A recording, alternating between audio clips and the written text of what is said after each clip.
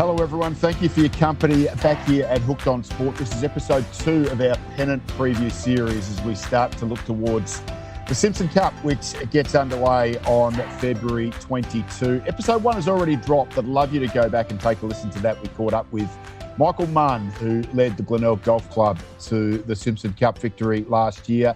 Ross Steedman also joined us from the Grange Golf Club. They were the runners-up last year and very, very commendable. Of course, they're going to be amongst the favourites to take it out again this year alongside Reynella. Tonight, we talk with the group of the contenders, 3 clubs that I think don't need too much to go their way to be right at the pointy end this year. We're talking about the Vines Golf Club of Reynella, the Royal Adelaide Golf Club and the Tree Gully Golf Club. And joining us is 3 of their key members. Firstly, probably this league's number 1 player, certainly in the conversation anyway, from the Vine, Sam Earl. Sam, welcome to Hooked on Sport. Thanks for having me.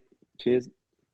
From Tree Gully, their team manager, Dylan Reid. Dylan, nice to have you join us. Thanks, Ben. Nice to join you. And Royal Adelaide's best player last year, comfortably, in a year where they made the semi-finals once again, is Alex Pacifico. Alex, welcome. Thanks for having me, Ben. Guys, great to have your company. Sam, I'll start with you. You've been close a few times in this competition. I think 2 finals in the last 5 years. The belief with this group still there? Yeah, nothing's changed. We just go about our business the way the Vines does. I don't think we feel ourselves as underdogs, really. I think we are a team to beat, but we're certainly not up there with perhaps Reynella or Cooey. We do have to have everything go well for us. We need a nice draw and we need a win against Tree Gully and against maybe Royal, and definitely maybe take a scalp off of one of the big 3 that are there that are always contending. But yeah, we're positive coming into majority of seasons, yeah, and we're positive this year too. You're an outlying group, Sam. I mean, you've got a couple of boys on the senior circuit, Tony Nobbs and Paul Gregory. You're not old, but certainly experienced, been around this competition a long time. Does that experience hold you guys in good stead? I mean, yeah, we've had the same team more or less, give or take a few guys for as long as I can remember. I was 18 and I was playing with Paul Gregory and Nobbsy and Corey Apthorpe. And they were old then, yeah. And as well as Mark Potter as well, who's playing senior Pennant. He's spearheads our B grade. So yeah, we're not short of experience, that's for sure. And then we've had Benny Pearce last year came in and he's actually like fairly experienced, come over from Thaxted. So yeah, it's probably something in our favour. Dylan, tell us how your group looks. It's been a real changing of the guard at Tree Gully the last few years. I mean, Chris Austin and Matt McMahon were right up at the pointy end. And we've really seen, I guess, Sean Park as the new banker for the Tree Gully Golf Club. Yeah, well, Sean's actually about to embark on a professional apprenticeship, so he will be out for us this year. But you may see some familiar faces back in the team this year. Well, share it with us, Dylan. Tell us who we're likely to see on Sunday. I don't know whether I can go that far. We've got the opposition on the screen. I'm relatively new to the club. I've only been there for almost 3 years now, so and just come on board as a Pennant manager. So everything's kind of new. But yeah, there'll be a lot of familiar faces, but some new blood coming through the team as well. Sadira Botaju is one who I imagine we're going to see once again. Talking about familiar faces, he has just been such a reliable performer for your club for so long now. Yeah, absolutely. Yeah, he's in really good form. He's been posting some really good rounds recently. So absolutely, yeah, Sadira will be there for sure. Alex, you've been in and around this group for a number of years yet now, but you had an absolute standout year last year, made the team of the year for the first time. Was there anything behind your real resurgence in form in 2025? I'd love to say yes, but it came out of the blue, really. No, it's nice. You've spent a lot of years around the competition, and to put a season together like that was fantastic. We're chasing team success, though, and there's a number of players in the squad and around the team that want that success as well. So, yeah, individual accolades are fantastic, but we're there to win the Simpson Cup. And as you well know, it's been a number of years between drinks at Royal Adelaide, and there's sort of a core group there that have been around the squad and the team for a number of years, thinking Billy Cawthorne, Will Arnold, Matt Lawson, that won that success. So yeah, it was great to have a personal positive year last year, but obviously Glenelg did us in the semis up at the Vines, and we'd like to make amends for that this year.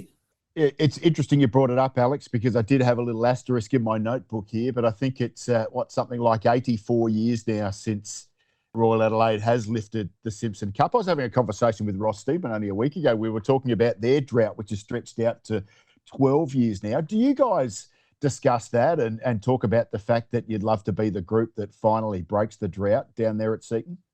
I don't think the players talk about it too much, but there's definitely some comments from the members every now and then, to be honest. No, I mean, at the end of the day, I think Sam touched on it before. Like, it's such an even competition. You need things to go your way for 7 weeks, and then your semi and your final. There's good players everywhere. The Vines, I think Kionga, Glenelg always, Grange, and even like we've spoken about with Dylan on board, like Tree Gully as well, and some of the smaller clubs. You got 7 players, and everyone can play golf. So you definitely have to have things go your way. Yeah, there's definitely a respect for the competition, and no, always looking forward to getting out there on a Sunday and beating everyone up. Alex, Team of the Year last year, your first selection. What does that mean to a player like you who has had a great year and you get that recognition in and amongst all of the other teams? It's nice recognition. Like I said before, I wish I had some more substance as to why. Golf's a hobby now. We play on a Sunday and might get out once during the week. A lot of us, I'd say, I don't know, over 50, 60% of us are working full time, and it's fun. So I get potentially that's where it's at. It's an enjoyable outlet on a Sunday, and we get to practice once a week, so that might help. Maybe a little bit of practice might help. But no, it's nice recognition for sure. We're all competitive. We all at some point in our lives we've sort of played at a high level. Sam's obviously played at the highest level. You want to win. Like at the end of the day, it's all laughing and fun and friendly beforehand. But once you put the tee in the ground, it's game on. So yeah, to have a successful season and be recognised for something like that's obviously fantastic. But you go down to the semi-final and that doesn't really matter. I think the Team of the Year gets announced the weekend of the final, so you're not playing and you're like, oh, it's not good. It's not a good feeling. So yeah, it's wonderful in one sense, but where you're there to win the whole thing. Bittersweet in another, from a guy who's made that Team of the Year one time to a guy who's made it 5. No one's made that team more than you, Sam Earl. You continue to enjoy that responsibility. I mean, you've made this team 5 times, as I said, and pretty much every time you've done it playing number 1, the pointy end, the toughest role in the competition. You still enjoy mixing it with these hot young kids? Yeah, absolutely. Yeah. I've always liked playing number 1 because if I lose, it kind of means that, I lost to the best player from their team and I don't feel that bad about it, but I haven't done a lot of losing, to be fair. But no, I do. I am very competitive. I love to practice. I love to play good golf. And yeah, like Alex said, like it's very competitive when you tee it up. And like it's probably not the same this year either. I'm probably going to be going in guns blazing, trying to win every match by as much as I can. Even though I am working full time and have kids, nothing's changed mentally. Nothing I can do about that, unfortunately. We talked about the experience in your group, but there is a quirk to your team, and that's the father-son combination. So Tony Nobbs playing alongside his lad Charlie, and Charlie is still very, very young, and we hope to see his career continue to progress. That must be a wonderful little story, watching Dad and his lad turn up together and see if they can compare wins at the end of the day. Well, yeah, it is cool. We do talk about selections and who's going to play 3 or who's going to play 4, and not sure whether we put Tony up or put Charlie up. Depends. More so Charlie's performances. Tony's rock solid. Sorry, yeah. Charlie. But no, Charlie's working hard. He's always trying to beat his old man. It's good to have that competition between them. And even the brother Dino, Dino, like the 3 of them are all very good golfers and no one likes losing to each other. So it's good to have that. And it is fun. It's cool. It's really cool. Off to Glenelg week 1, boys, but then Tree Gully week 2. Dylan, you're hosting both the Simpson Cup and the Bonner Cup. And I guess you really want to press home that home course advantage, if you like. I suspect the club's going to make a big deal out of that. Yeah, absolutely. I keep referring it to Super Sunday. So really want to get members out from all the clubs to come and see their players from both Bonner and Simpson Cup and, see some of the best players in the amateur players in the state. go head to head. It should be a really good day. Hopefully the weather turns it on. The course will be in great nick. So yeah, it should be a good day out. Alex, what's that experience like when you turn up at a place like Tree Gully or the Vines and the members are out there in force? I'll stop there for 1 second. I have to say, as a player, I love that the Tree Gully Golf Club have embraced the B grade and A grade on the same day. I think if I remember correctly, we had, Thaxted Park last year. Sam, you might be able to help me out. Yeah, I think correct. Yeah, it was A grade and B grade up there that day.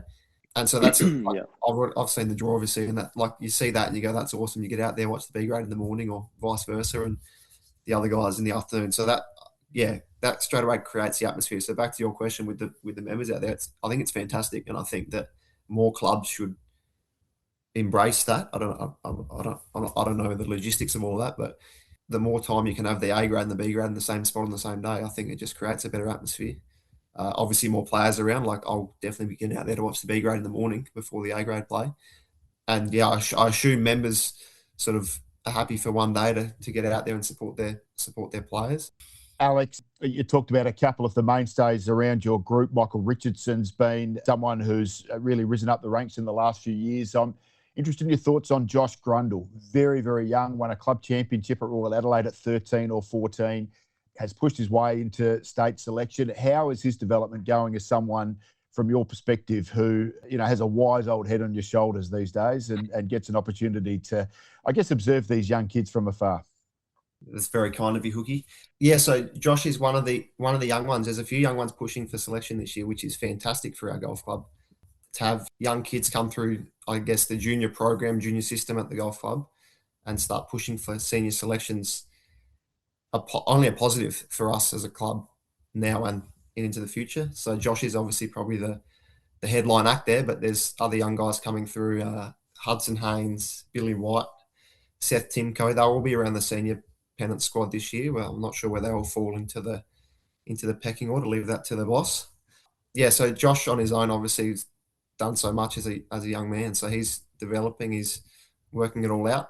And then, we've got the other young guys coming through. I'm thinking, Billy White, Hudson Haynes, Seth Timko, with a combination, like you said, of some older, more experienced heads in sort of Michael Richardson, Nathan Kent, and Anthony Olsen. So there's plenty to pick from there. It's about getting the right seven on the park. Absolutely, it is. Sam sort of outlined, he's sort of plotted out the season and where they need to maybe pinch a win and what they need to do at home and where they need to be strong on the hills type courses. What's the game plan that Rod Phillips has probably outlined for Royal Adelaide? I'm sure you don't want to give absolutely every secret away, Alex, but, is there, I guess, a roadmap in your mind towards a semi-final and a final? Not so much a roadmap, but I think that everyone's doing the same thing. We're all trying to get 4 wins on a Sunday, aren't we? Because that gets you the point. We've made a big deal the last few years of getting up to the hills courses in particular, because we find as a squad that they're sort of, we're going to get down at the big four, down at Grange, Kionga, Glenelg and Royal. But sometimes the quirkier hills courses, I don't play very often outside of Pennant season, so I'm only ever playing down at Royal. So I'm not experiencing that. I'm not playing Vardens or anything anymore. We've already been up to Mount Osman as a squad, which is probably the quirkiest of the lot of them. A lot of us have played a lot of golf at the Vines now. Obviously, they had the semi-final there last year as well, so we've been up there. Same as Thaxted, they've sort of been in the competition for a while, so you sort of get used to those golf courses. But no, in terms of a roadmap, not really. It's just 1 week at a time. It's so cliche, but it's 1 week at a time. Try and get 4 wins on the board and see where that leaves you at the end of the year. Now with the semi-finals as well, there's more of an opportunity. But yeah, it's just 1 week at a time and 4 points on the board. Dylan, you mentioned there's going to be a few familiar faces back for Tree Gully this year, and I guess we can start to perhaps identify who we're going to see turning out on Sunday down there at Glenelg. Is there, I guess, some factors that you've identified that you really feel like some boxes you need to tick if Tree Gully are going to be playing in the postseason?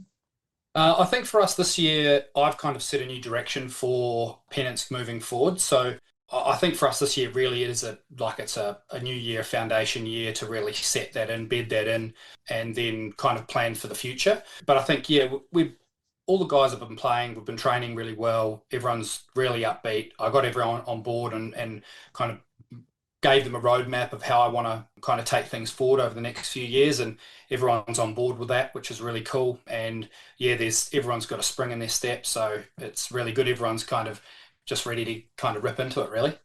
Dylan, I've got to say, mate, I've picked up a twang in your accent. I'm currently at the Intercontinental Hotel in Wellington. I'm supposed to be in Queenstown by now, but your weather has been so disastrous that I cannot get to Queenstown until Wednesday. The airport closed, backlog of flights. So I hope you're enjoying our South Australian weather over there. 38, I believe, today, while I'm dealing with what you left for. I've been here 15 years, so I consider myself part of the furniture now. We were just back in New Zealand in early January. I brought my golf clubs over, had all these big plans of playing TRI links, and I managed to get out at Royal Auckland because I've got a mate who's a member there. It hosed down for 8 of the 10 days we were there, so I took my golf clubs over there basically for nothing in the end. Dylan, thanks so much for your time, and we look forward to seeing Tree Gully and how they perform, and in particular, all the best for your big day. I think it's March 1. Yeah, March 1st. You're hosting the Simpson Cup and the Bonner Cup together up there at the Gully. We thank you for your time. No Sam, worries. all the very best to you and the Vines, a club that I have so much respect for. You guys have done so much, and clearly perhaps don't have quite the resources of what the Tier 1 clubs get, but your performance has been outstanding, and we certainly look forward to seeing that again throughout 2026. Beauty. Cheers for having me, Hoogie. Thanks. And Alex, all the best to you, my man. A great performance last year. Hope to see that continue. And yes, I'm sure that all the people down at Seaton want to see Royal Adelaide in that 84-year drought. And I'm pretty confident that if that occurs, you're going to have to play your part, my man. Thanks for having me, Hoogie. Appreciate it. Good on you, boys. All the very best. It all gets underway on the February the 22nd. It is the Glenelg Golf Club. And then, of course, as we've outlined, off to Tree Gully for week 2. And it all takes shape from there. Boys, thanks so much for your time. We will see you over the course of the season. Thanks, Ben. Cheers, man. Thank you. Thank you. With the last putt sunk, that's a wrap on this golf edition of Hooked on Sport. Thanks for listening. Help us meet more golfers just like you by following us and leaving a review. We look forward to your company on the next golf edition of Hooked on Sport.